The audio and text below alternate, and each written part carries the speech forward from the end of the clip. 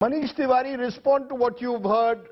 The fact is that inflation is a global problem at 7.01%. India is better off than many countries. The US at 9.1%, UK 9.4%. The world, Russia at 15.9%. We are better off. Well, Rajdeep, the question is that are we really better off? Or is this really a mythical play of numbers? Now, if you were to look at the wholesale price index, headline inflation has been in double digits, now going back 14 months, which essentially puts you right in the middle of the second wave of COVID-19. And now comes the paradox. The existing paradox is that consumer food price index was at 1.96% in the April of 2021. It climbed to 8.8% in the April of 2022, before moderating slightly to 7.75% in the June of 2022. Now, what this essentially means is that you had already started going up the inflationary curve, even as we were getting into the second wave of COVID-19. And the food price inflation actually followed the headline inflation number.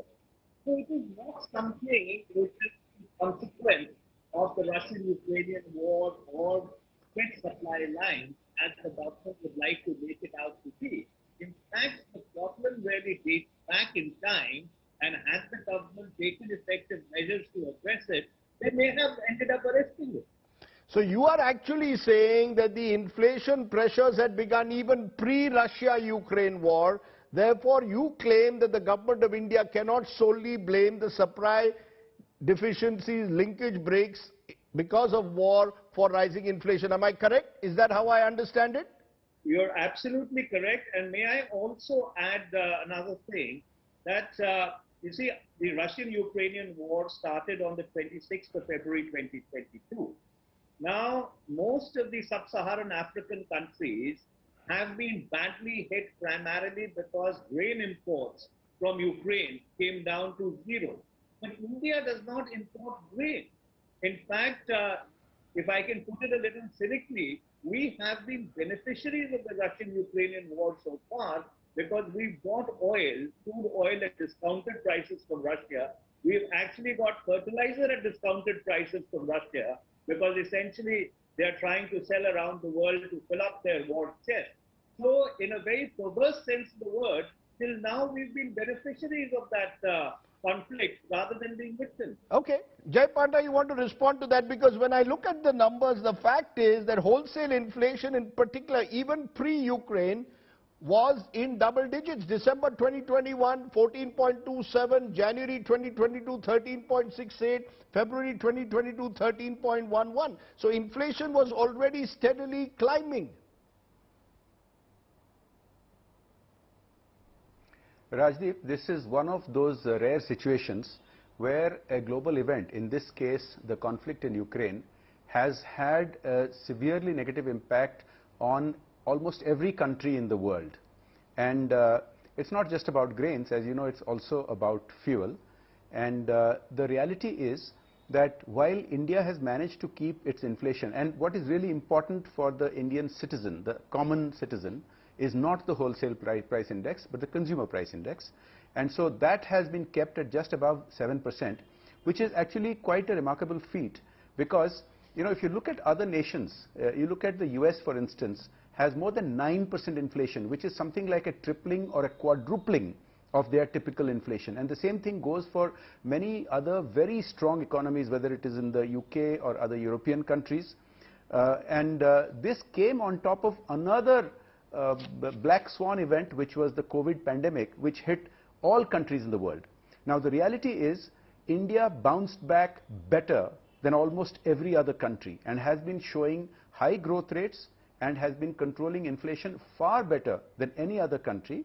Now, I can keep on giving you statistics, but as the finance minister quoted, let me also quote a former RBI governor who is a very well-known economist, Raghuram Rajan, and he is particularly celebrated by my friend Manish Tewari's party, who has on the record just this week stated that India has done a remarkably good job of managing inflation vis-a-vis other countries, especially our neighbors. And he has gone on to say that his successors at the RBI today have done a remarkable job in keeping the Indian economy in very fine fettle. Now, let me explain. This is important because these are global factors which are affecting every other country, and India has done far better than every other country.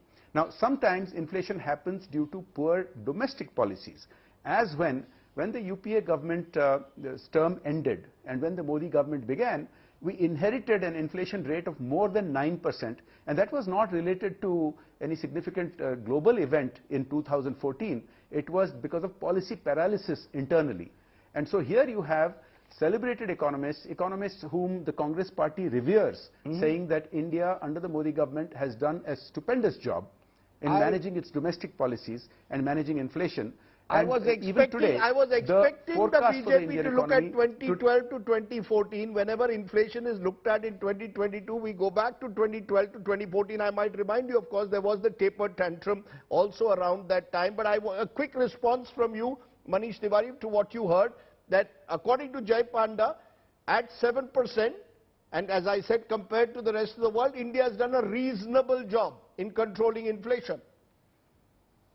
Well, Rajdeep, Jay has tried to put a very interesting spin onto it, but the fact remains that when the UPA was in government, if you had high inflation, you also had high growth. So therefore, if you look at UPA 1, the average year-on-year growth rate was 8.36%. The average year-on-year growth rate for UPA 2 was about 7.68%. So on an average, we did talk about 8% year-on-year growth for 10 long years. But what do you see in this particular case?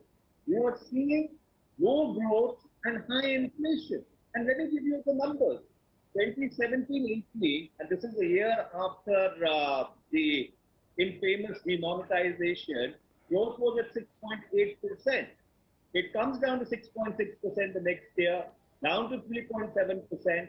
Then minus 6.6%, which of course was the COVID-19 year, and then goes up to 8.9%, but that's a statistical history. Because you start from such a low base, you are actually doing 2.3%. So essentially what India is facing today is a double whammy. You have low growth and you have high inflation. And that's the point of departure from the UPA years, which they love to quote. Because in the UPA years, you had high growth, but yes, you had high inflation.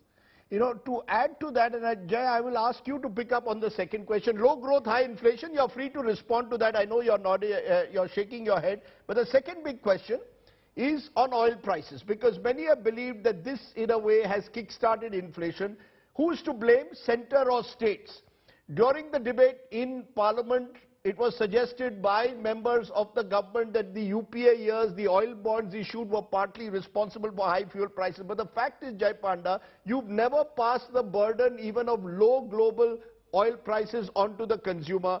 Instead, we are now seeing windfall profits being made by many of the oil companies, but the benefits never pass on to the consumer. So the charge being made is even before the Russia-Ukraine war, oil prices were not in keeping with international global prices, and we paid a heavy cost for it.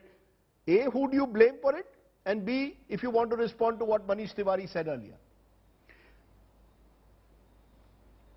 Yes, first of all, you said the benefits have not been passed on to the consumer. Now that's completely wrong, because the massive investments India has made in solar energy, which is now third in the world, would not have been possible without those revenues. And that ultimately benefits the Indian consumer, because it keeps energy prices overall, in the basket of energy prices, under control. Now, I must respond to something Manish said. He said something quite odd, that the Ukraine crisis has actually benefited India. Nothing could be further from the truth. The Ukraine crisis has not benefited any country in the world. It has affected oil prices. As I said, India had bounced back from COVID and continues to bounce back with high growth rates. Inflation was reasonable compared to all other countries and remains very reasonable. I will again quote not only Raghuram Rajan, but reports that have recently come out by Bloomberg and by Deloitte, to major financial institutions on the global scene. Now, to talk about low growth rate and high inflation is actually extremely odd, because India has just become the fastest growing large economy in the world, and lower inflation than the US, for instance. By the way, the US has just gone into recession with two successive quarters of negative growth. And in this scenario, for India to be hailed by global financial markets as the leading light in rebooting the global economy is something remarkable. And you know, you can keep going back to the history, but the reality is, when the the UPA government started, it had inherited from the earlier NDA government high growth and low inflation, and that sustained with the momentum for a few years and then crashed because of policy paralysis. So that the average is not important. What is important is at the end of the UPA tenure, we had extremely high inflation and extremely low growth rate. And today Panda, we have the highest growth rate among large economies in the world, and we have lower inflation than all major economies. That's just a plain fact. Jai Panda, do you want to though respond to oil prices? The fact is that we've steadily seen, even when oil prices were low between 2015 and 17, the benefits were never passed on to consumer. Instead, you made, by some estimates, a whopping amount, 25,000 crores and more, 25 lakh crores and more from your oil revenues. That's the reality. Rajdeep, I responded to this question earlier. You are keeping on repeating it. Let me respond again. I said the revenues, the resources that accrued from that have been reinvested massively in the energy sector to take India to the third largest installation of solar power in the world. Who do you think that benefits? That benefits the Indian consumer in one way or another. Now, the second thing is, you said windfall profits. You know, India did impose windfall taxes on the oil companies operating in India because of the rise in oil prices, which is purely an international phenomenon. India is subject to international oil prices like almost, very few other countries to this extent of dependence.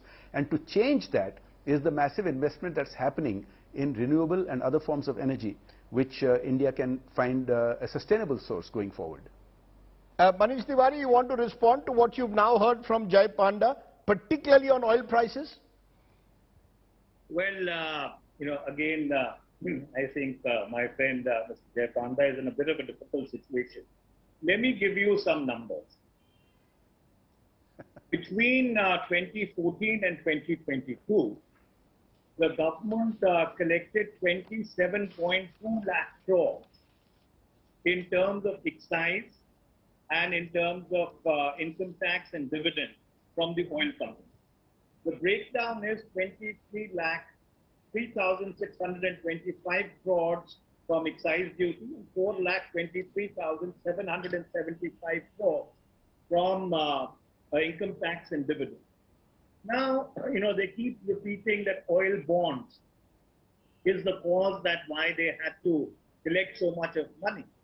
The total amount, the total quantum of oil bonds which has been discharged in the last 8 years, and which is almost about 95%, is 93,000 crores. So you collect 27 lakh crores, you keep blaming 93,000 crores, and those oil bonds were taken out essentially to ensure that the price of elevated crude oil prices is not passed on to the people, and then you want to turn it into a virtue. Rajdeep, let me give you some numbers. In the April of 2011, crude was at $150 US, petrol was at 58.56 per liter. In the July of 2022, crude is at $98.94 US, petrol is at 96.72 per liter.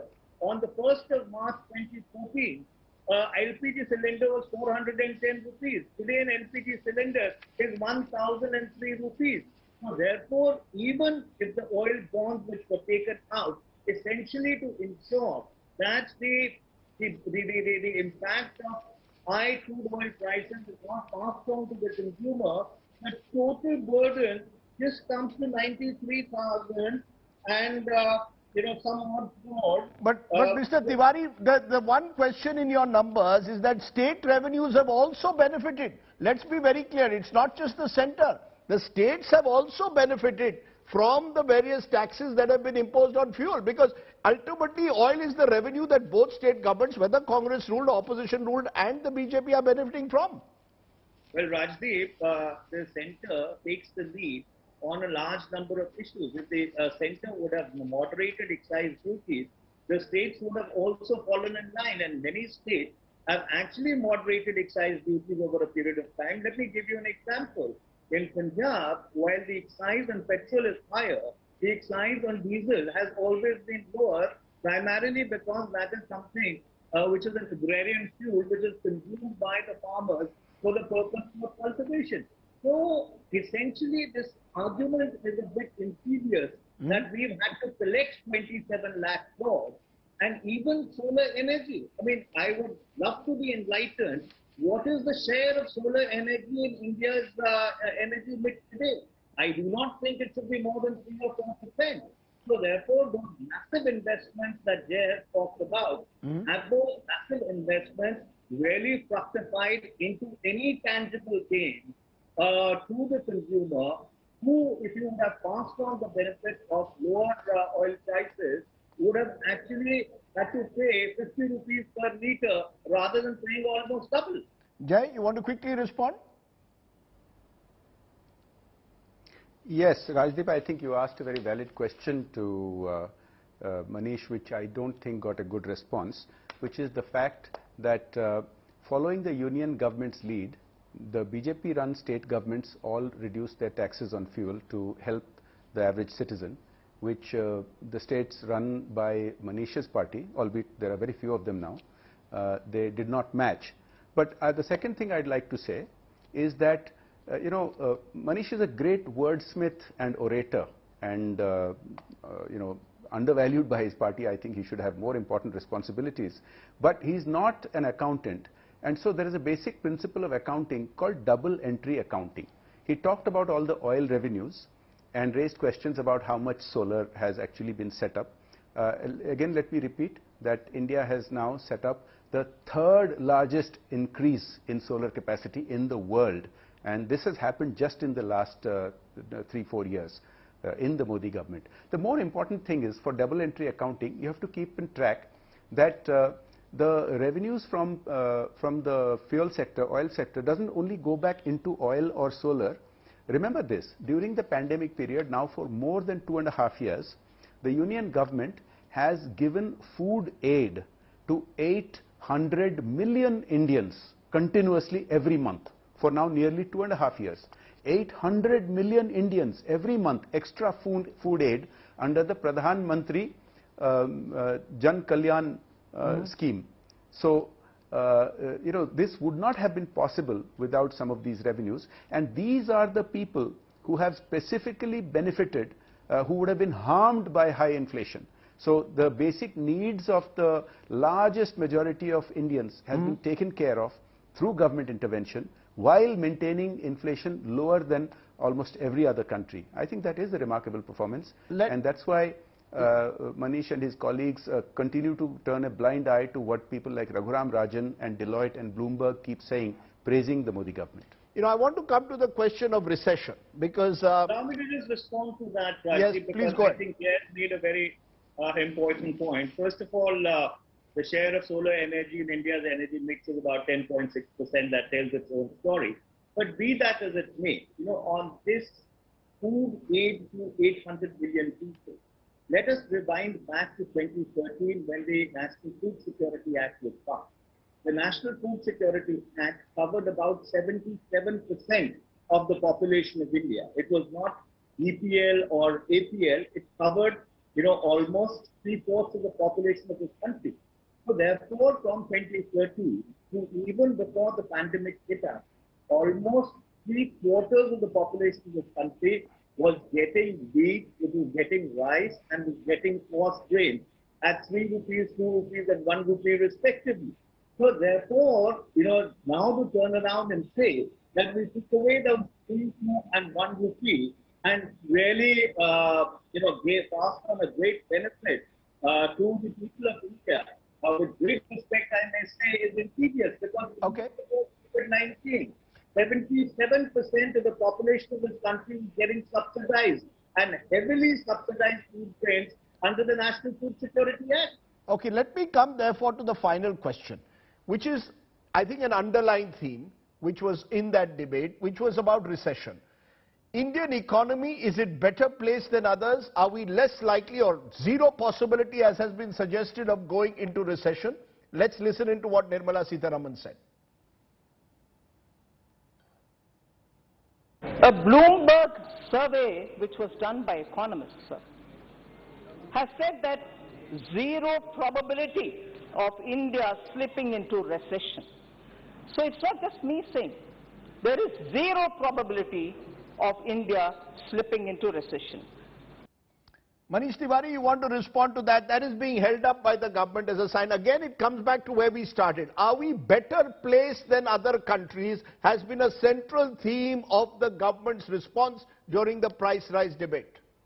Well, I do hope and pray that India does not go into a recession. But having said that, when you make a comparison with the United States of America or Japan, you're really making an erroneous comparison for the simple reason those economies are 16 or 18 trillion dollar economies, and their growth rate has historically been at about 2 or 3%. So the possibility of those economies slipping into what is a technical recession has always been higher than India. In fact, at various points in time, when you've not had these black swan events, the US economy has slipped into recession. But for a country like India, where you require 8% economic growth in order to serve the employment and the other needs of the country, and to think of going into recession from those numbers that unfortunately are not visible today because of the mismanagement since 2016, would be extremely unfortunate. Okay, Jai Panda, the opposition says that post 2008, post the financial crisis, when the UPA was under pressure, the NDA kept pointing out at various numbers to expose the UPA government. Now, when the numbers are not looking so good, the general line of government's defense is, look, we are doing better than the rest of the world. Now, for many, that's not good enough. There is a job cry. Why not admit that some of the data suggests the glass is half empty? There are some good points. We're not in a V-shaped recovery. It could well be a K-shaped recovery. There's a declining growth. Why not accept this rather than saying all is well, look at the rest of the world, we are better off? Rajdeep, it's bizarre that you are repeating Manish's point as a question, because post-2008, the UPA government's underbelly was shown up. Because of that policy paralysis, the Indian economy tanked. And all those numbers, high inflation, low growth, are there on the record. Right now, we have had two major global crises. One, the pandemic, and the conflict in Ukraine. And the numbers are very clear. The fastest growing large economy in the world is India. So, I mean, obviously we should celebrate that. And lower inflation than almost every other country. Of course we should celebrate that. It's not a question of saying we are doing better than the world. The whole world has been impacted and we have done better. It's a fact. Now, let me point out that you asked about recession and stagflation. Your viewers need to know the exact definition. The definition of recession is 2 quarters of negative growth, which has happened in the US. And far from negative growth, we have the world's highest growth. Then the other thing is, you should have low growth and high inflation to be called stagflation. We have just the opposite. We have high growth and moderate inflation below the rest of the world.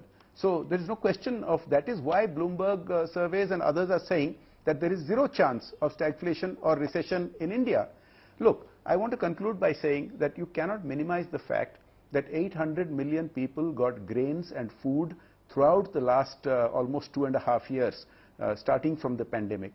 Now, this has been made possible by the Modi government's very conservative fiscal control of the economy. Remember, 2 years ago, the rest of the world was throwing money at the problem, and the Modi government was targeting money at the poor. Now, you, Rajdeep, neither you nor Manish nor I may have received those food grains help. So maybe the audience in which we discuss this in Delhi's elite circles may not appreciate it. But 800 million people is a very large number who have been saved from inflation, who have been saved from the misery of the world economic situation because of these steps. And I can tell you that they dearly appreciate it. You want a final quick last word, Mr. Tewari? Well, Rajdeep, if the government wants to be in denial, then nothing needs to be said. The fact remains the GDP curve is going down, the unemployment numbers are going up, headline inflation has been going up, consumer food price index remains at a very, very stubborn above 7%. And if the government is not prepared to wake up and wants to tell the country that all is well, then we are better off than the rest of the world. Their argument, Manish Tewari, is consistent. We are better off, and some of the data does show that. The fact is, we are better off than several other major economies. Well, essentially, Rajdeep, this argument that we are better off than the rest of the world does not really fill hungry stomachs. And I'll leave it at that. And I'll give 10 seconds to Jai Panda also to respond to that. Is there an element of denial, Jai? Look, there is no element of denial. We have faced very real challenges, and everybody from Prime Minister Modi himself has addressed and faced those challenges squarely head-on, starting with the pandemic 2.5 years ago and over the last 6 months with the Ukraine conflict. And I've spelled out all the steps that have been taken, which is why India is better off than, even our neighbors are collapsing, and major economies like the US are going into recession. So obviously, we are not living in a vacuum. We are impacted by what is happening in the rest of the world, especially by oil prices. Right. And we can't say that, forget about what is happening in the rest of the world. We should uniformly, in a vacuum, we should be in a perfect situation. That's not reality. That's not life. So considering the challenges we have faced, which the whole world has faced, we have done better than everybody else. Let's leave it at that. Jai Panda, Manish Tewari, always good to have two fine, articulate voices who come with their homework done, joining me here on the Face Off. Thank you so much.